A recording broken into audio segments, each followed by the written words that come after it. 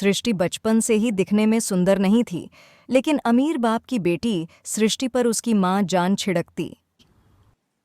मेरी बेटी कितनी प्यारी है, भगवान सबको सृष्टि जैसी बेटी दे। सृष्टि धीरे धीरे बड़ी होती है। एक दिन सृष्टि की सहेली कहती है, तो दिखने में कितनी अजीब सी है, लेकिन मैं जानती हूँ हम सब में सबसे अच्छी शादी तो तेरी ही होगी। तेरे पापा अमीर जो हैं। और बता नहीं सकते यार, दहेज तो हर कोई देता है। ये क्या ज्यादा ले जाएगी अपने पति के लिए? अरे भाई, शहर में कोठी है इसके पापा की। अरे पापा की है ना, कौन सी इसकी है? इसकी होती ना तब तो कोई भी लड़का इससे शादी कर लेता। अरे पापा की मतलब पापा की है, तुम मेरी ही है ना। किसने कहा? अब तेरी तो तब होगी ना जब तेरा भाई ना हो। वैसे भी शादी के बाद सारी प्रॉपर्टी भाई के नाम होती है। सृष्टि समझ जाती है कि उसे किसी भी हालत में माँ बाप की सारी प्रॉपर्टी को अपने नाम करना है, लेकिन कैसे? एक दिन सृष्टि का भाई शिणु कहता है, बहन क्या कर रही है? तुझसे एक बात करनी है। अरे हाँ हाँ करना, मैं तो तेरी बहन हूँ। मेरी लाइफ में ना एक लड़की है, बहुत अच्छी है। मैं सोच रहा हूँ माँ और पापा से बात करूँ शादी के लिए। सृष्टि को समझ में आ जाता है कि भाई की शादी होते ही भाभी उसे एक दिन भी घर में बर्दाश्त नहीं करेगी। क्या बात है भाई, बताना कौन है वो? यार वो बहुत अच्छी लड़की है, पढ़ी लिखी है, मेरे साथ जॉब भी करती है। बस एक प्रॉब्लम है। प्रॉब्लम? क्या प्रॉब्लम है भाई? यार वो शादीशुदा है, लेकिन उसके पति ने उसे सिर्फ इसलिए छोड़ दिया क्योंकि उसके माँ बाप दहेज नहीं दे पाए। सृष्टि ये सुनकर ना जाने क्यों खुश हो जाती है। अरे भाई तो क्या हुआ, लड़की तुझे तो पसंद है ना? सीनू को लगता है कि बहन उसे समझ रही है। वो इस बात से अनजान होता है कि उसकी बहन की मंशा पूरा घर हड़पने की है। सृष्टि अपनी माँ से कहती है, मम्मी मुझे तो बहुत चिंता है। पता है सीनू क्या कर रहा है? अरे क्या कर रहा है? वो तो काम पर जाता है और वापस घर आता है। नहीं ना माँ, वो यही तो नहीं कर रहा, बाकी सब कर रहा है। आपको पता है उससे प्यार है, और वो भी एक शादीशुदा लड़की से। ये क्या हो गया? मैं सोसाइटी में क्या मुंह दिखाऊंगी? अरे तेरे पापा तो यही कहेंगे कि मैंने उसे बिगाड़ दिया है। माँ देखो, मेरी बात मानो, पापा पर भी विश्वास करने की जरूरत नहीं है। अब आप ही बताओ पापा, इतनी देर घर के बाहर रहते हैं, क्यों बोलो? अरे बेटा वो तो नौकरी करते हैं ना। तू बहुत भोली है। माँ पापा का ऑफिस तो 7 बजे खत्म हो जाता है, लेकिन देखो कितनी देर से आते हैं। अरे नहीं नहीं बेटा, ऐसी कोई बात नहीं है।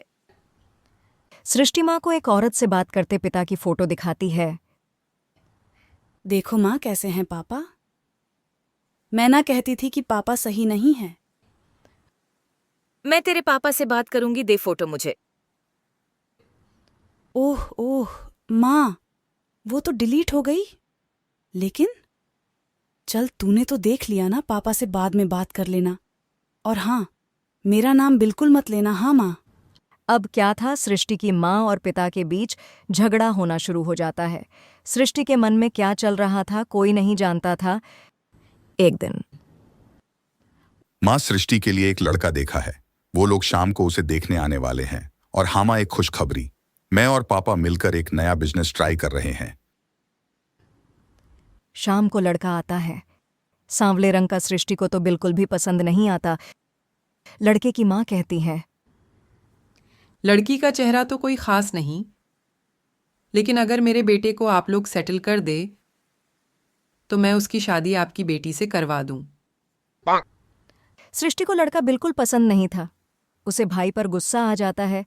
लड़के वालों के जाने की बात कहती हैं, माँ देखा, शीनू मेरे लिए एक ऐसा लड़का लेकर आया, ना दिखाने लायक ना सुनने लायक, सेटल भी नहीं, वो भी हम करे। अरे माँ, मैं जानती हूँ ये मेरी शादी किसी भी घर में क्यों करवाना चाहता है? अरे कैसी बात कर रही है बहन। तूने तो देखा ना, लड़के को मैंने ही मना कर दिया तुझसे शादी के लिए। जिसने लड़का बताया था उसने उसकी बहुत तारीफ की थी। बात आई गई हो जाती है, लेकिन सृष्टि का मन शांत नहीं होता। क्या करो कुछ समझ में नहीं आ रहा। मेरी शादी हो गई तो ये लोग पूरी प्रॉपर्टी शिनू के नाम कर देंगे। मेरे हाथ तो कुछ लगेगा ही नहीं। तभी सृष्टि को आइडिया आता है। वो किसी वकील को फोन करती है।